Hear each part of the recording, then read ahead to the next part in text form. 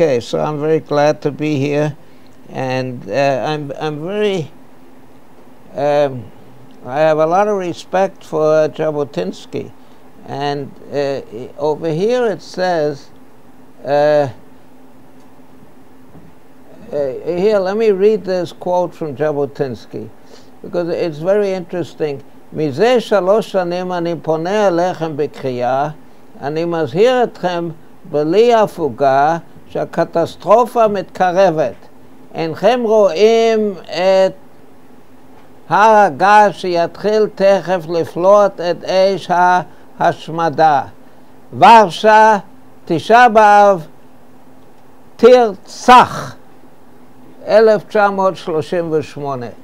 Okay, so let me translate that, since I understand that this audience does not understand Hebrew. For 3 years I have been begging you, calling on you to without stopping, that the catastrophe is approaching. You do not see the volcano that will very soon, very soon, immediately, will begin to spout forth the fire of the destruction of the Holocaust. Holocaust is a fire, yes, and this is in Warsaw on Tisha B'Av in 1938. You know, Tisha B'Av is our national day of mourning, okay? And it's a very interesting coincidence that I was born in Germany, and my family and I saw the Holocaust approaching, yes, and we left Germany and immigrated to the United States. And the day we left Germany was Tisha B'Av in 1938, the same day, the very same day that Z'botinsky said this. Okay, so I think we need a little technical help here.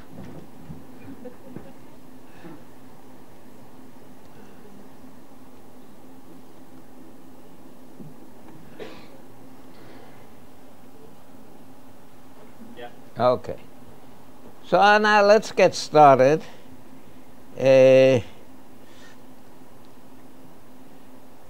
Wars and other conflicts are among the main sources of human misery. So, well, you just heard from Neva that I got this prize a few years ago, and I had to give a speech when getting the prize. And I started my speech with this sentence: wars and other conflicts are among the main sources of human misery. Most attempts to bring about peace have been on a piecemeal, case-by-case basis. So, in other words, that is what is being done also over here in this war. But basically, this war, which started on the 7th of October, 2023, is not a war, okay? The war, actually, the war between the local people and us started in 1921, okay? Now, that's over 100 years ago now. And we've been fighting the first, no, alimut, how does one say it in English? How does one say alimut in English? Violence. What? Violence, that's right. I'm forgetting my English, okay. I'm forgetting my English. I'm here for only 69 years, and you know, one forgets in the course of 69 years. So violence. The violence started in 1921. I mean, we were attacked by the by the Arabs, and there was and it has continued until this day, and the end is not in sight. Now, most attempts to bring about peace, whether it is between Israel and the Arabs, or whether it is between Pakistan and India, or whether it is between Ireland, North and South Ireland, or whatever, wherever there are problems, they are treated on a case-by-case basis. In other words, what can one side do to the other? What concessions can it make? What demands can it make to bring about peace? Okay, and it is always concentrated on the on the events of that conflict. Okay, it's not. It is that conflict is addressed, and one tries to make peace. Okay, but I suggest that we first try to understand the root causes of war. Why do people go to war? Okay, why? All right, and just like one studies disease, disease is studied on a case-by-case basis. Okay, so I just told Neva I have a little medical problem, and I spent most of the day treating that problem. And thank God it's only a little problem. It's not a very serious problem. But and they look at me, the doctors look at me, and they examine me, and they suggest this or that drug or whatever it is, okay? So diseases are also treated on a case-by-case basis. But they are also treated on a general basis. In other words, there's cancer research, for example. Okay, my problem is not cancer, don't worry. Okay, there's cancer research. And cancer research does not have to do with human beings, okay? It has to do with mice. We try to understand what makes a cancer grow, what makes a cancer happen, and we don't at all try to cure it. We try to make it happen. So understand what makes it happen, how can we change the world in a way which will eliminate cancer. Okay, that's just one example. All right, and so now I'm suggesting that we try to understand the root causes of war. Why do people go to war? Okay? All right. And we're going to do that with the help of game theory. Okay? Now, what is game theory? Okay? What is game theory? It is the rational analysis. Now, I'm putting that word in red, because we're going to try to find out what we mean by rational, okay? But for the time being, it's the rational analysis of situations involving several participants, each participant striving to different goals. So the different participants are interacting, okay? And they are interacting with each other, and they're striving to different goals. So each one has to take into account how the other one will react to his moves and so on, all right? I'll give you some examples. That's an abstract definition. Examples: chess, football, and other games. You know, that's where the word game theory comes from. Because when you're playing chess, okay, that you are striving not only to different goals, the two players, but you're striving to opposite goals. Now, not all of game theory is about opposite goals. Most of the important game theory is not about opposite goals. But the opposite goal sort of sharpens the problem. Okay, you have to not only promote your own goals, but you also have to see what you're doing has to react to the other person's, the other players, the other participants' moves, and so on. So it's like chess and football and other games. These are called zero-sum games, because the sum of the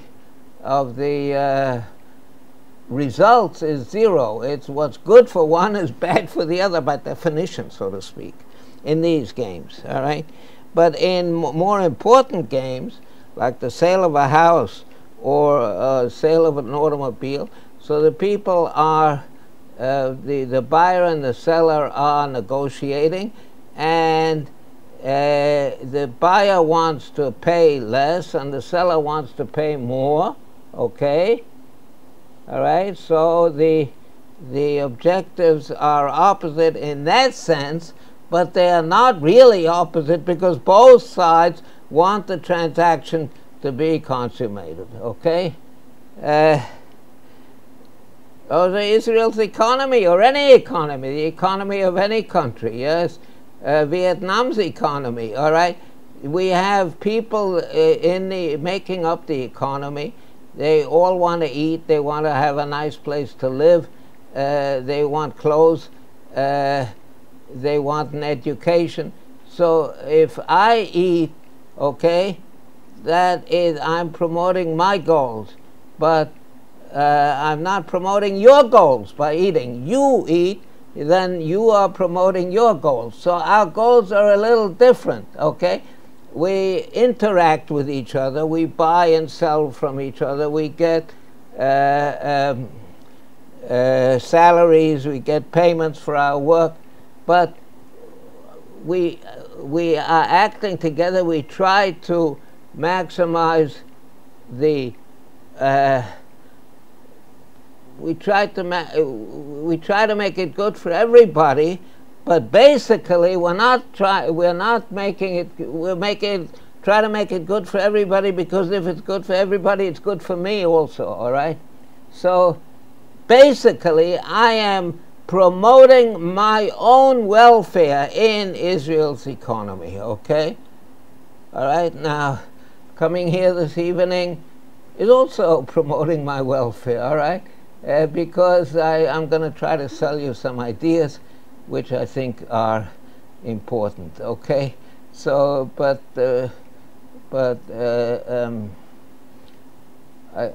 think you'll I hope you'll agree with me, and but if you don't, you know, say so.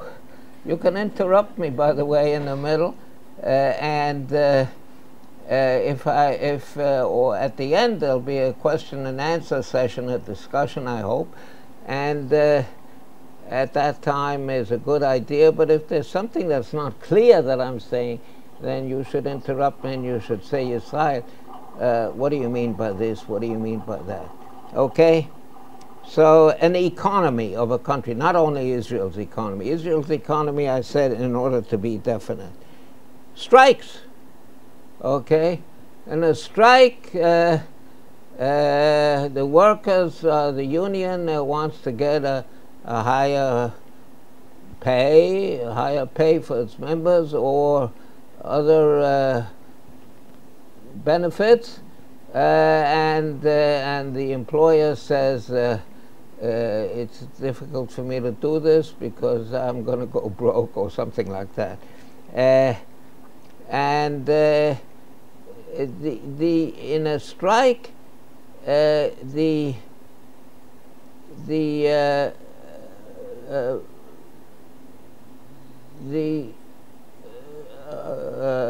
goals are not opposite, not entirely opposite. They are partially opposite, in that the union wants a higher pay and the employer wants a lower pay, but they're not entirely opposite, because the union does not want to make the employer go broke, okay?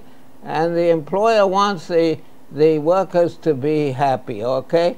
So they're not entirely opposite, they're partially opposite, and most games or most applications of game theory are that way. Wars also, okay? Wars also, in a war, of course, it's not a zero-sum game, okay? Because both sides, in most wars, okay, maybe not in the current war, but in most wars, both sides would want the casualties on both sides to be lower, okay? So there's agreement, and there's not a zero-sum effect over there. There's an agreement on that. Maybe in the current war not. I mean, Hamas, I think, is not so bothered by casualties on its side, okay? So it's not clear. I think we are interested, we're not interested in reducing the casualties of Hamas either. We are perhaps interested in reducing casualties to the civilians in Gaza, but not to the fighters. Okay. Now, I used the word rational, and I had in Hebrew. It's the rational analysis. So let me ask, what is rationality? So the answer is, an individual's behavior is rational if it is in his best interest, or her best interest, given his information. Okay? So a person is acting rationally if he's doing something which is in his best interest, okay? And part of this evening is going to be an exploration of what is rational behavior in a conflict situation, okay? Like we've experienced for the last 104 years, okay? All right. So now we ask the question, can war be rational? Okay. Can strikes be rational? I introduced wars and strikes as games in the previous slide. Can racial or gender discrimination be rational? And the answer is yes, they can be.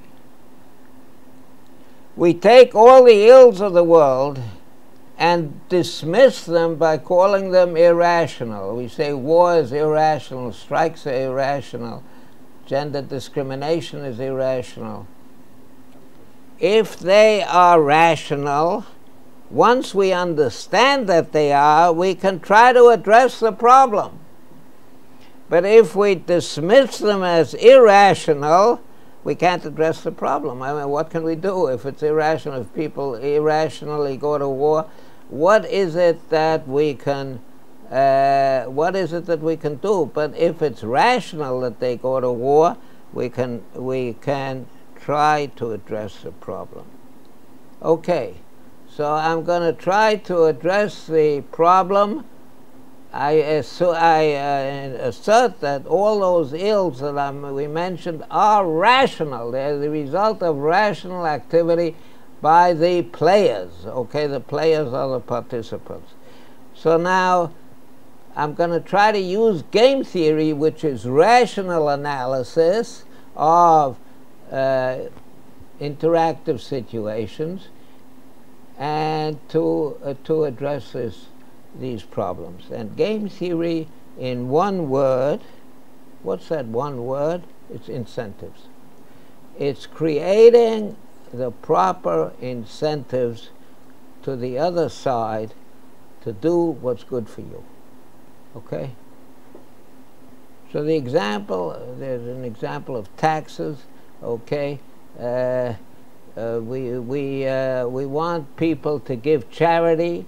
Okay, so we write into the tax laws that charitable contributions are deductible from income up to a certain limit. Okay, The example is market economies. Okay, let's spend a few minutes on that. The 20th century was marked by a lot of socialism. Okay, now socialism, many countries adopted socialism as the driving force of their economy, like the Soviet Union, Vietnam, China, and so on. Okay, many. And now, what is socialism? Socialism is the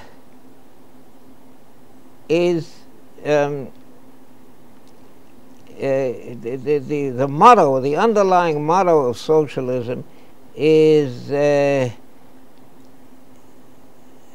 to each according to his needs, from each according to his ability. Okay, that is socialism. That sums up socialism. Okay, so everybody should get according to his needs, and he should give according to his ability.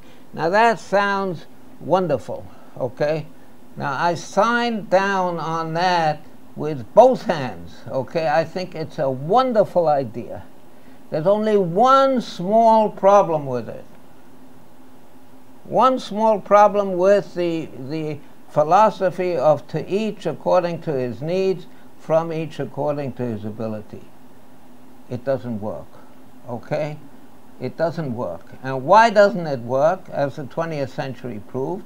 Okay, and in China also, by the way, they went from a socialist to a market economy in 1979. In Vietnam, it was in 1986. In Russia, in the Soviet Union, it was in 1989, something like that. Why doesn't it work? Well, it doesn't work because you don't have the right incentives. If each gets according to his needs, no matter what, then why work? Okay, why Lashkia, how does one say it in English? What?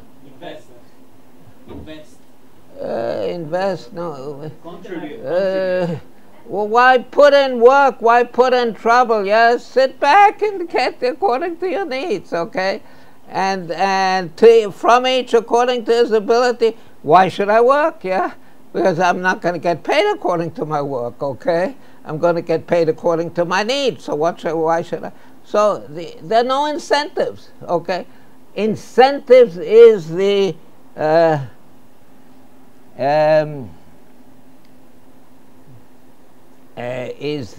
underlying idea of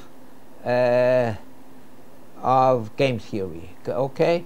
To try to give incentives to all the players to do what you want them to do, okay? Let me... Is the Shoah rational? What's that? Shoah, is the Shoah rational? Absolutely. The Shoah was rational. It's a good question. It's a wonderful question. Because Hitler, and not only Hitler, but many German people, okay, they wanted to destroy the Jews. They thought that the Jews were destroying the world, okay? They hated the Jews, okay? Now, in a civilized society, if you hate somebody, you don't kill him, okay?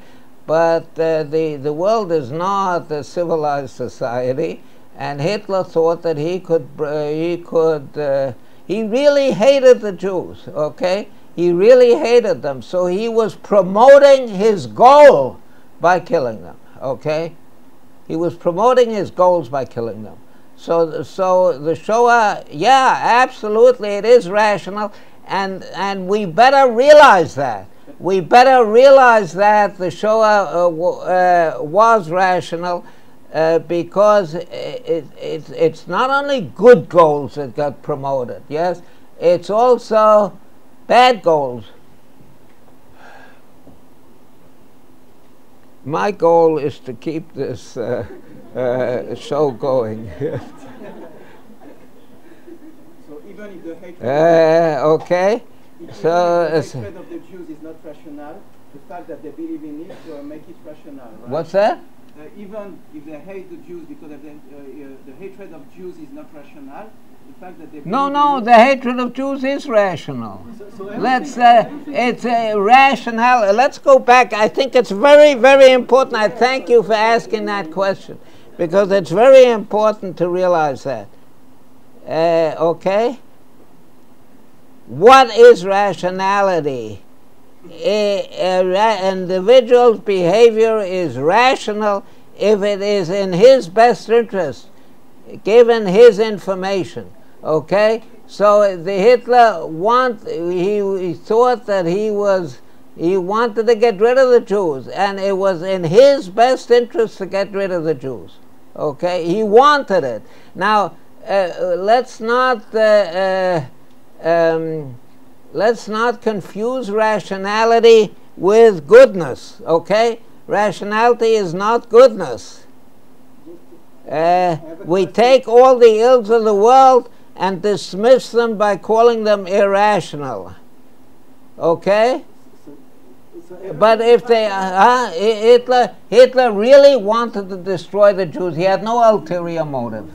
Okay? He was a super rational. Okay. Well, can you give an example of irrational things, or isn't? Yeah, we're going to get a lot of examples of irrational this evening. We're going to get a lot of examples. So just hold your fire, and we're going to see a lot of irrational activities, and most of them carried out by us. Okay, by us. I'll give you I'll give you some examples. Now, you wrote given his information, but you should also refer to the belief or the interpretation of the information, because the interpretation of the information can be different for different... No, given his information when the interpretation is clear, we are acting irrationally. We, Israel, okay? אתה יכול לדבר עברית, מפני שאחרי 79 שנה אני גם מדבר עברית. Okay, so we are acting irrational, but let me get to that, okay? The word is incentives, okay? What does incentive mean? An incentive means to create a situation where it is good for the other side to do what's good for you. That's an incentive, okay? So incentives for peace. Okay.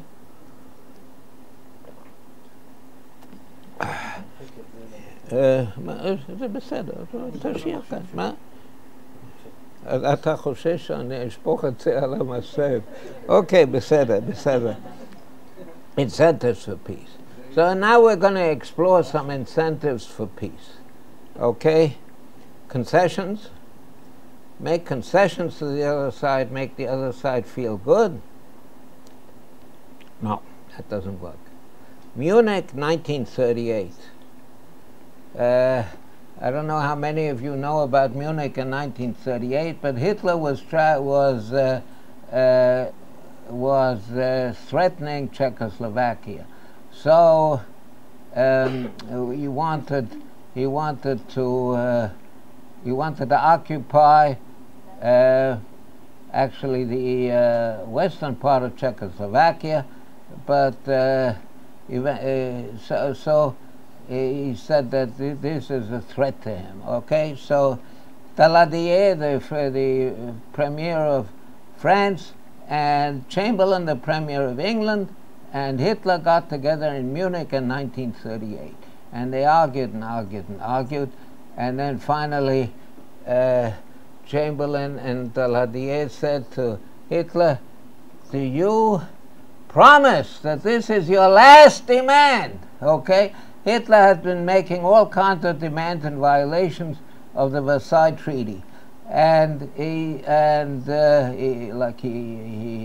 militarized the Rhineland, all kinds of things. Now, they asked him, "Are you willing to? Is this your last demand?" So Hitler said, "Yes, it's my last demand."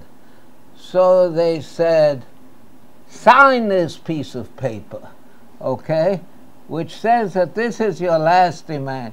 You have no other demands." So he said, "Sure, I'll be glad to sign." And he signed, okay? That's the Munich Treaty. And Chamberlain went back to London and he told the House of Commons, "I have brought with me peace in our time." Okay? Peace in our time. And what he brought with him, actually, that's what he told the House of Commons, but what he brought with him was war in our time. Because a year and a half later, in Munich, on the 1st of September 1939, Hitler invaded Poland, okay? And England and France did not respond immediately, okay? Because Chamberlain told his cabinet, "Okay, let him get away with it, okay? No war. I want peace in our time." So his cabinet said to him, "Mr. Chamberlain, if we don't go to war now, then you are not the Prime Minister of England," okay? And so on September 3rd, 2 days after the invasion of Poland, Hitler,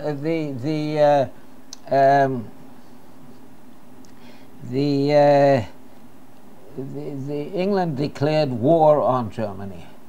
And England declared war on Germany, and they telegraphed, there was no email at the time, and they telegraphed the British ambassador in Berlin, his name was Henderson, and they said, "England has declared war on Germany. Please notify the Foreign Office of Germany."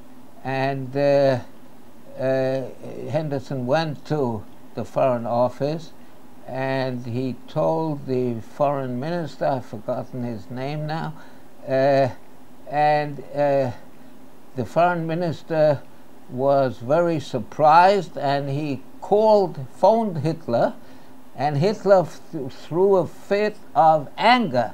He said, "The British cheated me," okay, because they gave me the impression that I can get away with anything, okay. So they cheated me, okay, and the result is war, the Second World War, the bloodiest war of all time. Okay, so concessions is not an incentive for peace. Disarmament, okay, in other words, there was in the period after, in the second half of the 20th century, there was a lot of pressure. I remember in the United States, when I went on sabbatical once in a few years, there were demonstrations to unilaterally destroy atomic weapons, okay? Fortunately, the American government did not do that. And the result was the Cold War. The Cold War was cold. It wasn't hot. There's a big difference between a Cold War and a hot war. Believe me, there's a big difference, okay? A Cold War is not a war. A Cold War is peace, okay? A Cold War is peace. And the Cold War, the balance of nuclear weapons on the two sides kept the peace in the second half of the 20th century. Now I'll give you the Pax Romana. You realize that there are question marks on the first two items. But the Pax Romana, there's no question mark. That is an incentive for peace. What is the Pax Romana? It's a period of about 200 years from, let's say, 150 to 350 AD, in which there was no war. No war in the western part of the world. No war, okay? And how did it come about? The Romans had a proverb, si vis pacem para bellum. If you want peace, prepare for war. And that is what kept the Pax Romana going for 200 years. Let me tell you a story. I like to go, I have, Baruch Hashem, I have 21 grandchildren, okay? And I like to go with, as they get to the age of 14 or 15, I like to go abroad with them for a week or two, okay? And just the grandchild and me, just the two of us, so we can interact with each other. And we can get to know each other. No parents, no nothing, yes? Just him or her and me.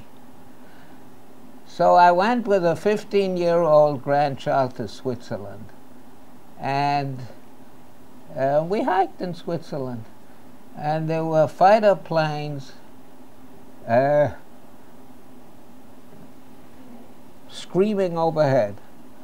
So my grandson asks me, Saba, what are those fighter planes? So what are those planes? He didn't know it's a fighter plane. I said, those are fighter planes of the Swiss Air Force. Okay? So he said to me, why does Switzerland need fighter planes? They've been at peace for 400 years. Okay? So why do they need fighter planes? Why do they waste their money on them? So I said to him, Nave, do you know why they have been at peace for 400 years? So he said, why? I said, because of those fighter planes. Okay? Si vis pacem para bellum. If you want peace, prepare for war. Okay, let's get to Israel. Okay, now, contrary to my reputation, let me declare at the outset that I want peace. Okay? Okay? How do I get it? By shouting, peace, peace? No. By concessions? By gestures? By posters with doves flying in the air?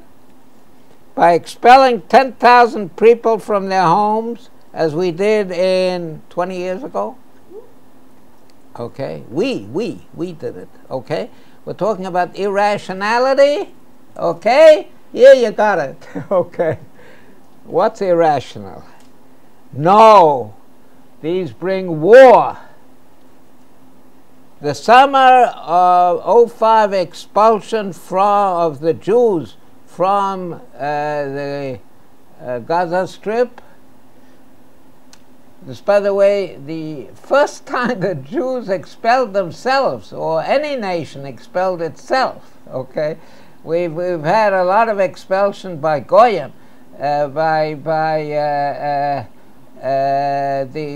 expulsion from Spain in 1495, I think it was. The expulsion from England. We've had a lot of expulsions, but we've never had an expulsion that was carried out by us, okay, against Jews. The summer 05 expulsion brought the war of summer 06, the Milchemet Lebanon HaShniya, for those of you who understand Hebrew, the bombardment of southern Israel, and specifically Sderot, for 2 years, the caste-led and subsequent campaigns between the Gaza Strip and Israel. October 7th, with its abductions, the Khatifot, the current war. Okay, the summer '05 expulsion brought about the current war. Okay, that is because it enabled the enemy, Hamas, to take charge of Gaza, to build hundreds and hundreds of kilometers of tunnels, to take charge completely, and to actually do the attack of October 7th, the atrocity of October 7th. It enabled them. If we had been in Gaza, that would have been impossible. It would have been impossible. In Yirmiyahu says, Ki shtayim ra'ot asa ami, oti azvu, מקור מים חיים, לחצוב להם בורות. בורות נשברים אשר לא יכילו המים. For my people did two evils. They left me, the source of living waters, okay? They left God, okay? That is an evil.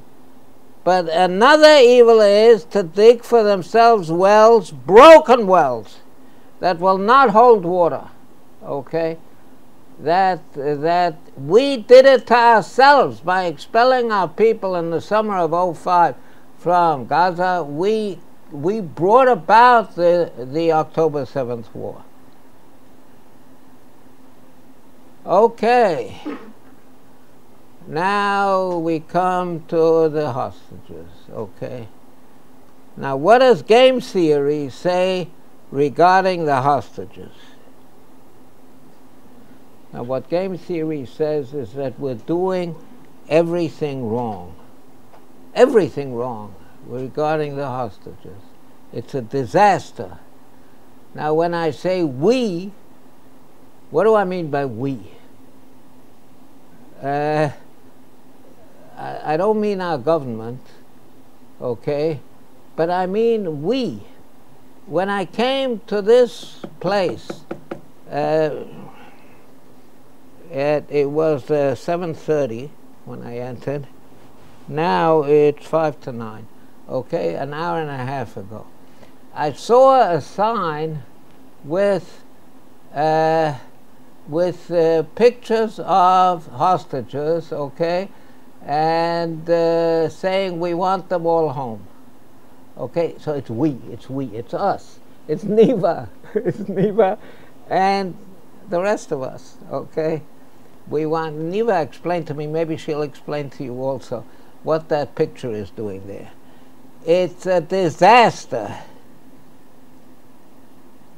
Specifically, we're giving the enemy all the wrong incentives. We remember, I remember what we said, to bring about peace, we have to give incentives for peace, okay? Incentives, we have to make it worthwhile. We're doing, game theory is all about incentives. Incentives, here, let me bring that big, game theory in one word, incentives, okay? So, we're giving the enemy all the wrong incentives.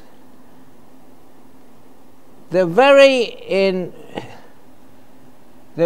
intense internal campaign inside Israel, which Z'botinsky is a partner, okay? You will give you the floor in a minute, okay?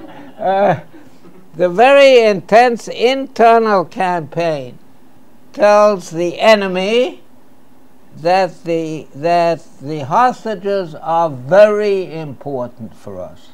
The hostages are very important for us. Very, very important. They are the number one desire, the hostages. So he raises the price for the current hostages. Okay? Now when you go and buy a house, okay, now, or you go and you look at the house, okay, and you look at the you go to one of the porches, the verandas, and you say, oh, there's a beautiful view from here. Okay, I'm willing to pay a lot of money for this view, okay? And you say, the shower works beautifully over here. You don't do that when you're buying a house, right? Because you raise the price, okay? That's what we're doing with the hostages. We are raising the price of the hostages. We're raising the price to the extent that our government cannot agree to it, because what they want for the hostages, as a result of our campaign, saying this is very important to us, what they say is stop the war, let Hamas continue to rule Gaza. Let Hamas stop the war, okay? Stop the war unconditionally, okay? Leave the Rafiah road, pull out of Gaza, let Hamas continue. That's what they are insisting on. And that is a result, their insistence on that is the result of our campaign to release the hostages. So, moreover, he is incentivized to do a lot more abductions in the future, because he sees that we are very sensitive to abductions. We are very sensitive to having hostages taken. He sees that this is our Achilles heel, okay? And he's going to do more and more abductions. And in fact, the current war was enabled by the October 7th, was enabled by the release of Yahya Sinwar in the Gilad Shalit deal, okay? At that time, 1,027 prisoners with blood on their hands were released in exchange for one soldier, Gilad Shalit, okay, who had been taken prisoner. And that is what brought about the October 7th war, okay? Moreover, it's unbelievable that we pay with live prisoners with blood on their hands for dead hostages, okay? So that incentivizes, it reduces the cost to the enemy of killing the hostages. They can kill the hostages and they can still get prisoner swaps for them, okay? So we are making a big fuss about the two Bibas babies, okay? We made a big fuss about it. It was very important to us to get the bodies of the Bibas babies, and as a result of that, I have no doubt that Hamas will kill some of the hostages that are still alive, okay? Because they can get for the bodies, okay? The released terrorists, it is unbelievable that we are releasing 30 terrorists with blood on their hands for one hostage, okay? So released terrorists will likely kill many more of us than it will save hostages, as has happened with Gilad Shalit, okay? With Gilad Shalit, not talking about Yahya Sinwar, not talking about him, but the people, the released hostages, the released Chablanim, the terrorists that were released in the Shalit deal, personally killed. Now, Yahya Sinwar not personally, he only planned the October 7th attack, but he personally did not kill. Maybe he did, okay, but maybe he did on October 7th, I don't know.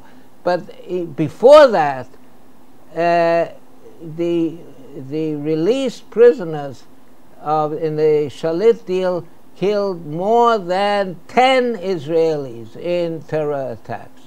Okay, and we are now releasing thousands of terrorists. We are killing ourselves. Thank you.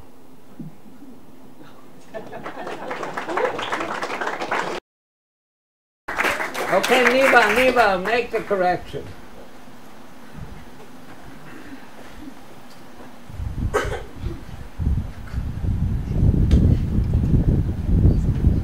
Just a moment. First, Neva.